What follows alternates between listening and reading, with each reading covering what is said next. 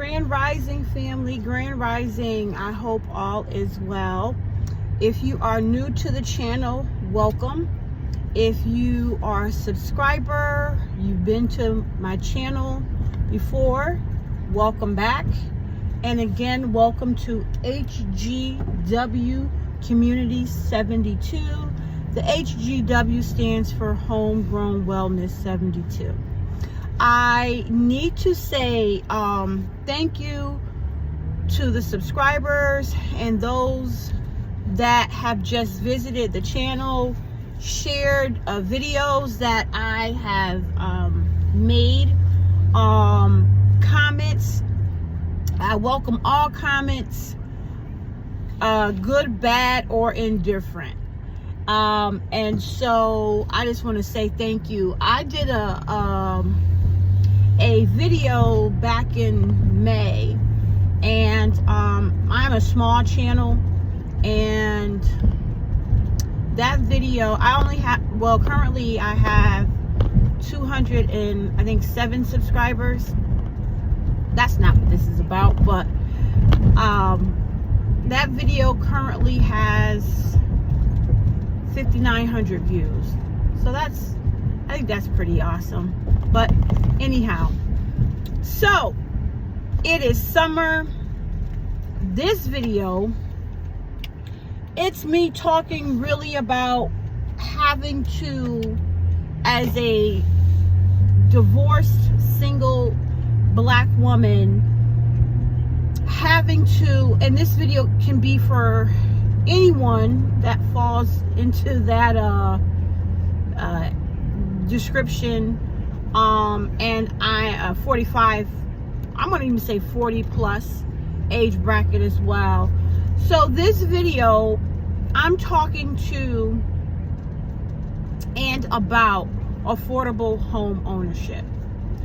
My attire looks a little bit different than normally. It is summer. This goes well in line with the title of this video, affordable home ownership, because I normally full-time through the year, I am a special education educator. I'm in special education life skills programs, and the school year is out. But as you see, I am in uniform because I have to work the entire year. And I currently, for the summer, so for us in Connecticut, the town in which I work, school ended 2 weeks ago, and summer programs started this week. So I am a summer camp director in the town in where I grew up, and that's for 8 weeks. So I have to work. There is no summer, there is no time off. I'm not a certified teacher, so, you know, certified teachers in the state of Connecticut, they get paid through the summer. And someone in the position that I have, granted, I am in a union. However, my position in special education, I don't get paid, so I have to work. But I am huge on doing what it is that needs to be done to get to the goal in which I need to obtain. And for me, that is getting my children and I a lovely, affordable home with land. And so I, like so many other foundational black Americans, have to work the entire year. I also have a part-time. I work at one of the big box stores 3 times a week, and get a nice little something every 2 weeks, you know, pay. And that is also going to, or towards, purchasing a affordable home with land for me and my children. The goal is to do that in 2027. It may happen sooner than later, but that is the goal. 2027 is going to be a huge year for myself and my children. And so on my Facebook page, I've been posting a lot about different types of affordable homes here in Connecticut. And that is manufactured mobile homes, ADUs, tiny homes. Not so much the traditional homes. We're in Connecticut. A traditional, I'm going to say 1,200 square foot conventional mortgage is starting at $300,000. Now, the average salary of a black woman in the state of Connecticut, average salary is $58,000. With home prices, finance, and rates, you can't afford a decent 1,200 square foot, 3-bedroom home, even in the town in which I grew up. I grew up in Bloomfield, Connecticut. If you find a home that doesn't need a ton of work going into it, and let's just say $240,000, it's going to need a ton of work, and you really can't find that in the town in which I grew up, Bloomfield, Connecticut. So I myself moved my family, my children and I, to further out, a rural part of Connecticut, where home ownership is more affordable on the salary that I bring in. But I've had to explore and look at different options. I've looked at and welcome manufactured homes. I've looked at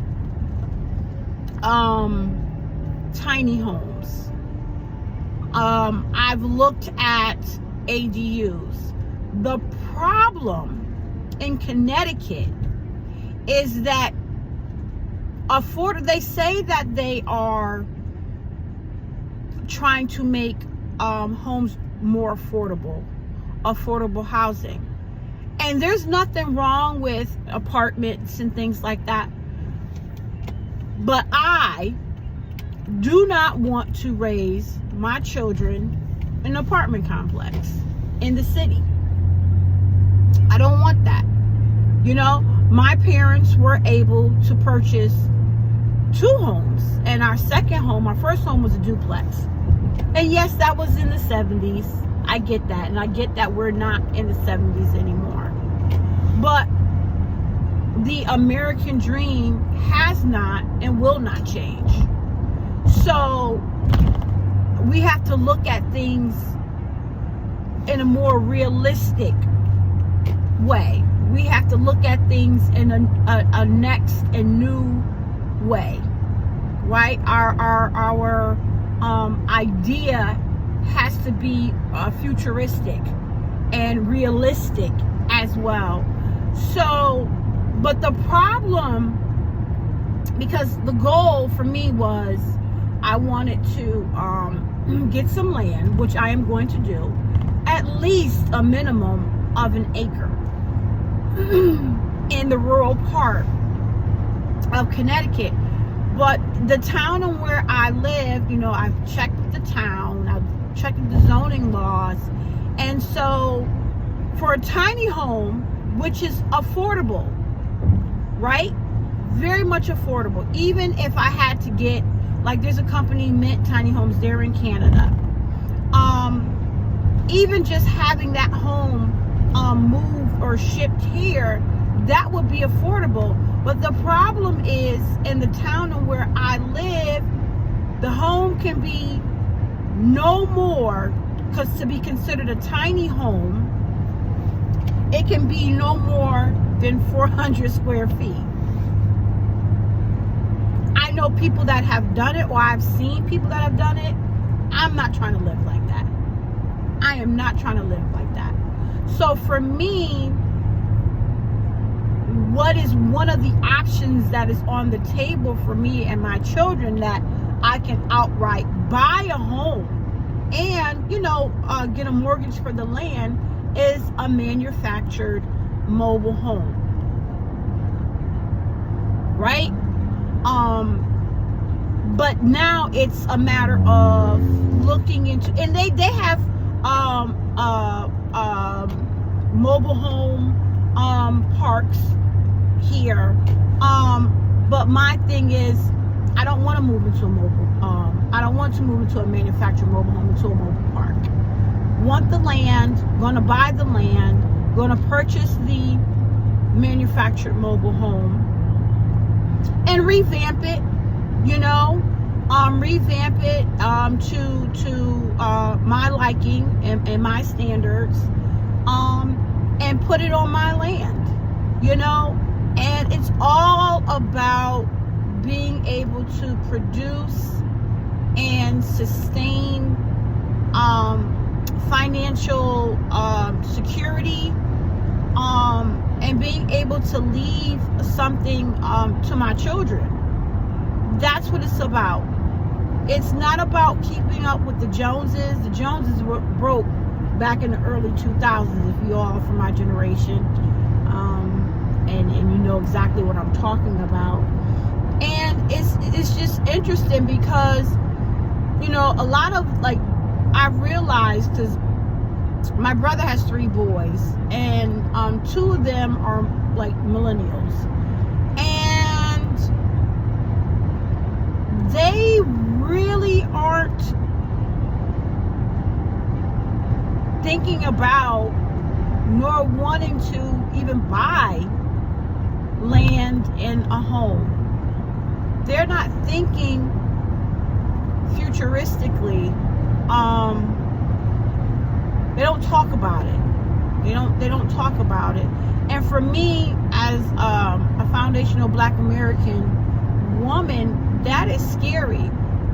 So I talk to my children a lot about what mom is going to do and why mom is going to get the land and get a manufactured home, so that that is something that I can leave to my lineage, which is my children and and their children, which would be my grandchildren. So this video, I'm just talking about having to look at things different, having to look at things futuristically, the barriers that I've come up against or faced, but it's not going to stop me. I've seen and have fallen in love with cottage tiny homes, and I've seen them built up to 800, 900 square feet, 3 bedrooms. Beautiful, right? But the area and where I live, it can't happen because they're not considered a tiny home anymore. They're too large. So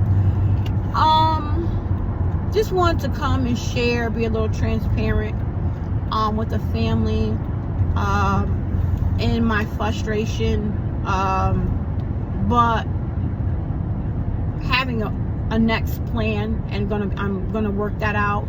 One of the things I'm gonna start doing, and you all let me know, get in the comments if you know of any manufacturers in Connecticut that make mobile homes. Let me know about them, or even I'm close to Massachusetts. Mass is literally maybe a 10-minute drive from where I'm at in Connecticut. That's not a problem. I am doing my due diligence, and I'm looking at some, actually I did locate a company, they're in Pennsylvania, and probably going to do a summer trip there this summer, before the school year starts back with the children, and take a look down there, because they do deliver. That's probably where we're going to end up getting our manufactured mobile home from, this company in Pennsylvania. They do deliver to Connecticut. So listen, family, that's all that this is all about. I just wanted to share.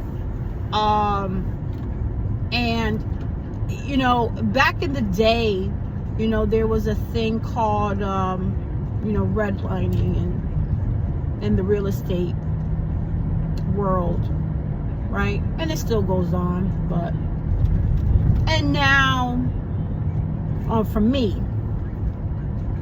it is the affordability. I think that they are now making things almost impossible for the average Black American to afford a traditional home and get the traditional mortgage. So we're resilient people. We've always been able to think outside and go outside of the box and get it done. So listen, family, that's all for today. Listen, remember, be great to yourself because you are great. Be great to your family. They deserve your greatness. Be great to your community. Without love, self-love first, we have absolutely nothing. And as always, clarity is key. But without consistency, we have no balance. Family, be well.